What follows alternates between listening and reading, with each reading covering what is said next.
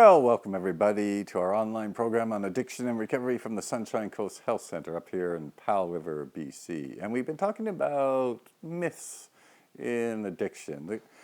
A lot of what we read in the popular media or watch on TV or read online contains an interpretation of addiction that may not really be supported by scientific evidence. And one of those popular ideas is that addicts are defective. There's something deficient about them, something that needs fixing. Of course, those of you familiar with the 12-step program know that there's a big component on these defects of character.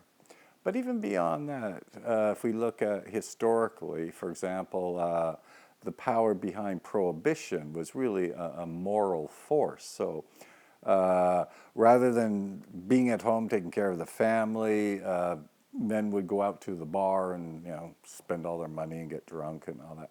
And there was this idea that they were being sinful, they were being morally inadequate, and that was the big. So people had this interpretation of addiction as somehow morally defective. After the scientists entered into the addiction field and talked about addiction as a disease, that idea actually gained quite a bit of popularity.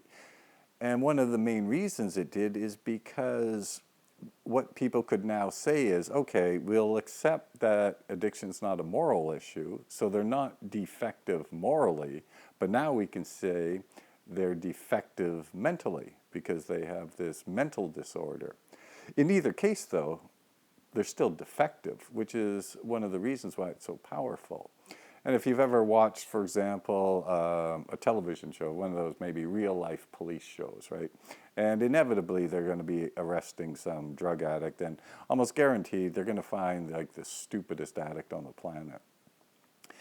And just to reinforce this idea, there's something like defective with this particular person, right? But again, is this accurate? Well, it's kind of interesting that even the new psychiatric Bible, this thing called the DSM, the latest version has actually taken out a lot of, for example, the criminal element, because the people who put it together could actually find no scientific evidence linking criminal behavior with addiction. So they just dumped that whole thing. Although it was in the previous ones, scientifically speaking, we can't say that anymore. We know a lot of people with addictions produce great things for the world. I'm thinking of just some of the artists who have been addicted, who've produced great works of art. And of course, I'd be thinking of someone like the Nobel Prize winner, Eugene O'Neill.